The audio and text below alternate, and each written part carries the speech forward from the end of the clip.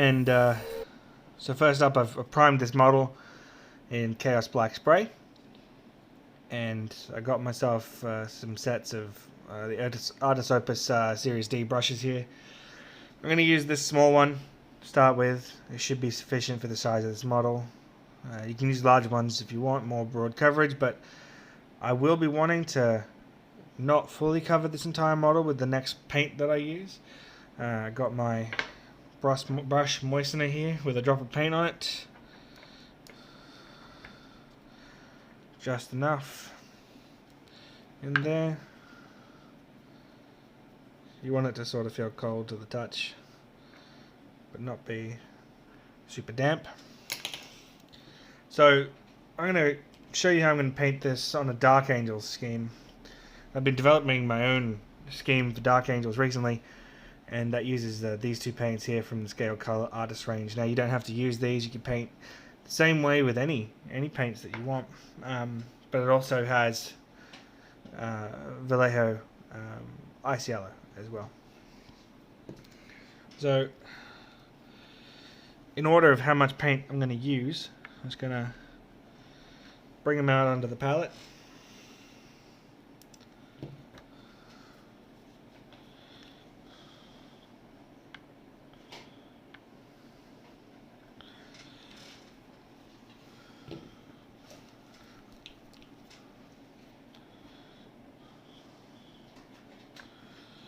Okay, so first things first, moisten brush, excellent. Now let's mix up our primary color, which for me is about 2 parts of sap green to emerald green. That's kind of what I'm looking for there. Just going to get rid of a little bit on the brush, or on the paper, and we're just going to stipple it on. Stippling is just a jabbing sort of motion where you can get paint evenly distributed over a miniature. You can thin it more than I am, but I'm actually going for a texture on this armor.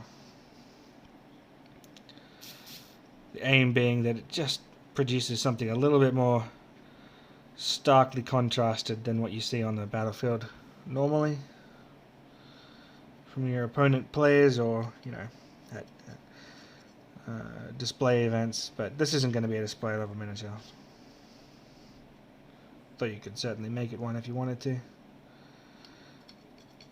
So something I learned from Richard Gray is you don't want to have too much black, because when you start to build the highlights up,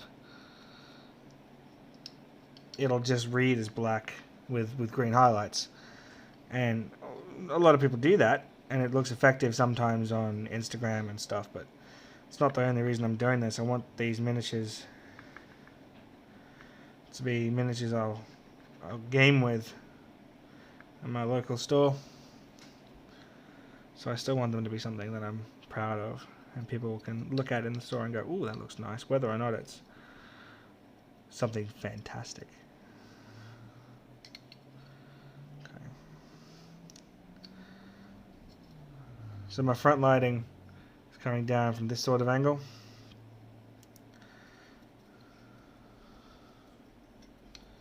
But I'm just... The whole armor will be green. I just don't want to focus the green in too many areas.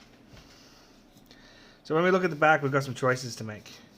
So our light source from the front is coming in this sort of direction from the front, lighting our Marine's face here. But from the back, it's really up to us what we want to do with it. So just remoistening the brush. We've got some paint there. So we can even do underlighting from the back if we want.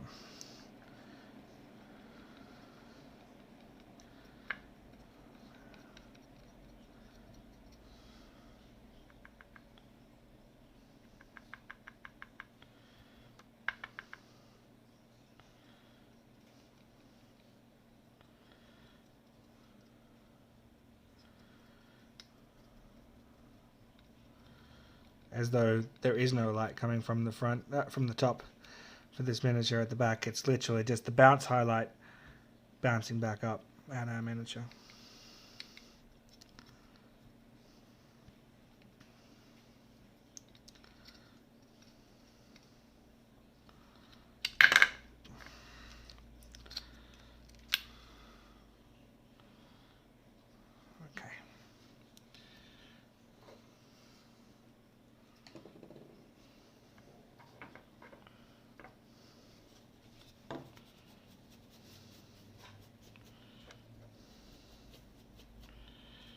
Going to clear off a bit of this brush.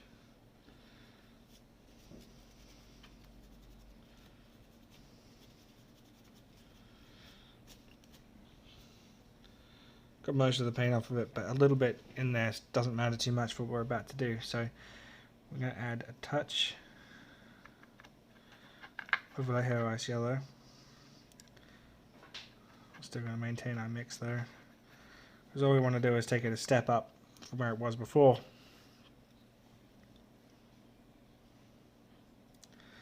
And we're still using our stippling technique to add that texture in.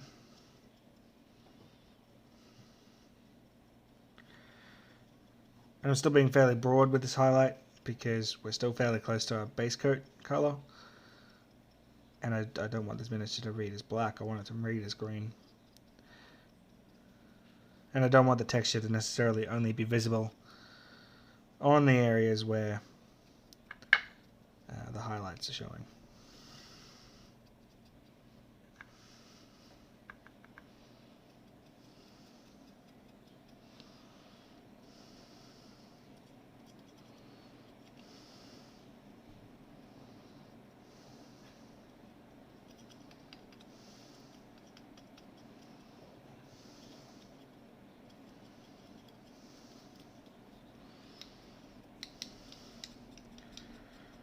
You can incorporate normal, traditional dry brushing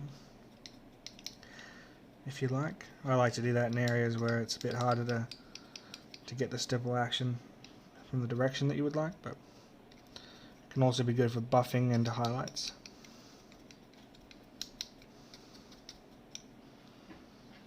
So as you can see, we've built up a nice color gradient here.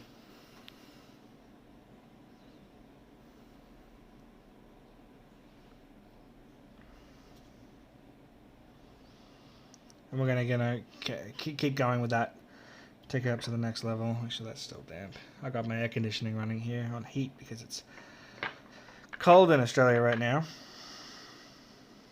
So it's drying everything out. Okay, so we're gonna get a bit more of our base coat prepared. Perfect. A bit more ice yellow.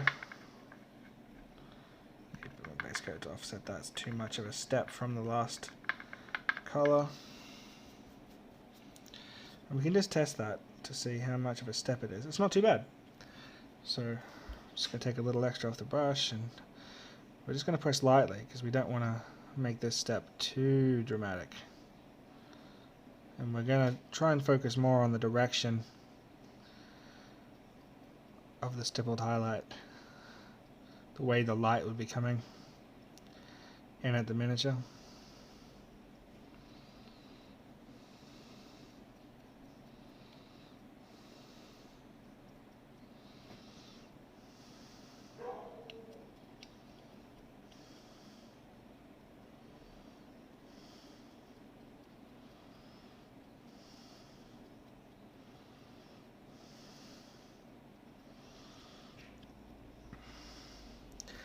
You might see a lot of these transitions as being sharp and kind of harsh, but the thing to note with wet paint is that it's always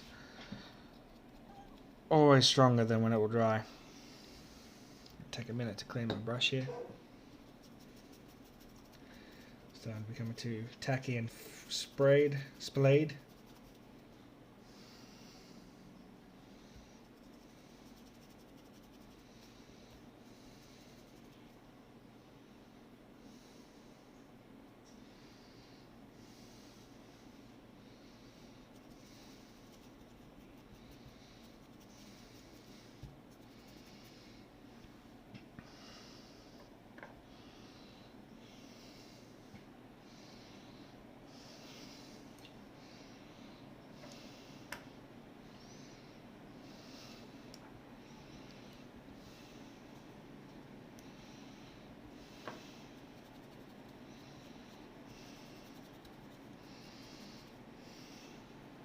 Okay, that's where we want it.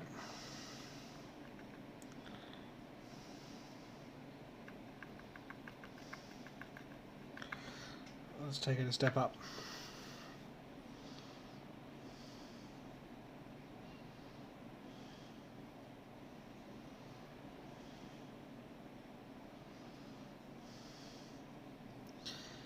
more and more gently with the stippling as we go towards the other side of the miniature. It's right hand side according to us, and more gently as we head down the knee and the leg, because less light will be there than there'll be at the head, and we want to really focus our light source at the top of the miniature and create nice contrast. So I skipped a couple of steps in the back of the miniature, but I'll go back and do those.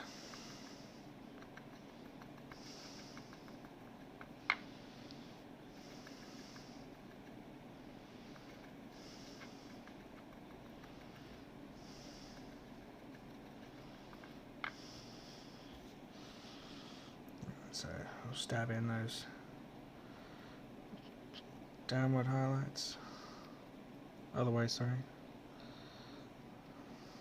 The underlighting.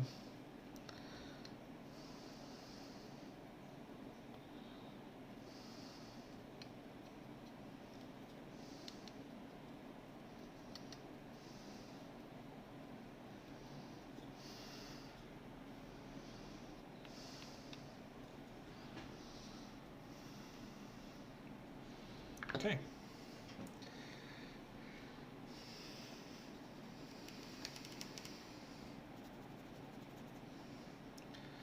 Gonna evacuate a bit of paint off this brush.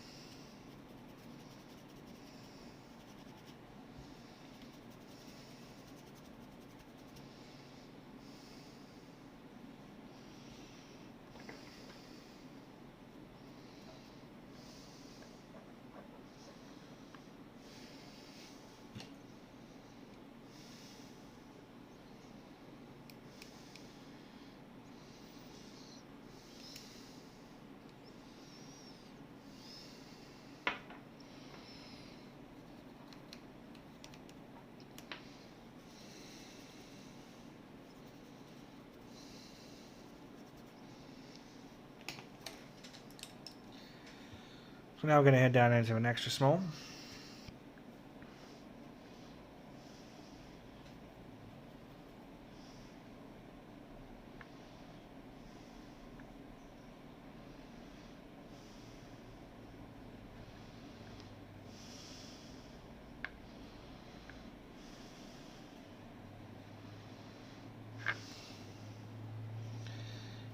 Knock most of the paint off.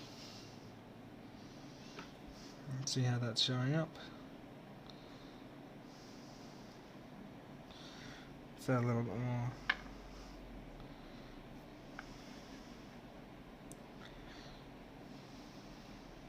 Cool. Let's give that a go.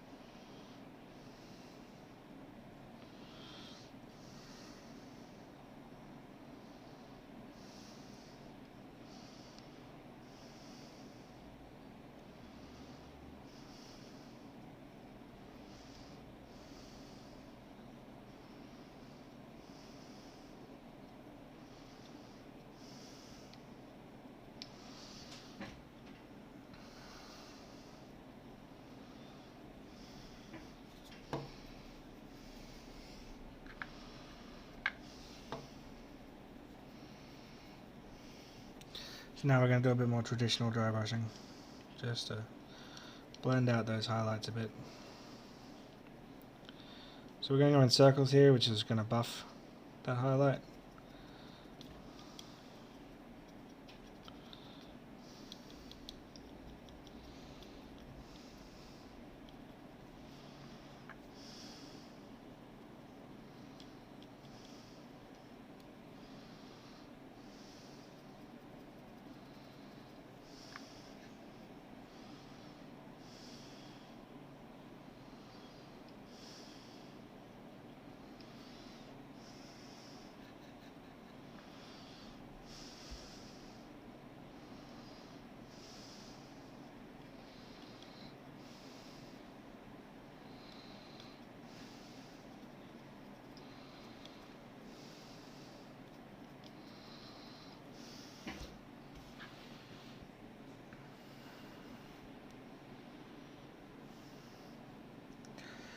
So as you can see, you might not be able to pick it up on the camera. I'll see if I can make it work.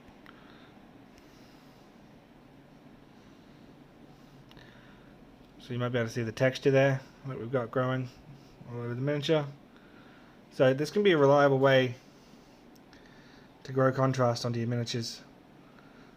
And then you can take that further, which I will do by pin washing in and around these panel lines and in the recesses here, just to add that extra punch of contrast. But for today's purposes, I wanted to show you that dry brushing and stippling can be a fast way to get decent lighting onto your miniature, so that you'll have a neat effect for when you play some games with your friends. And you can do it in a matter of minutes. So there we go. Hope you enjoyed that one. Stay tuned for more.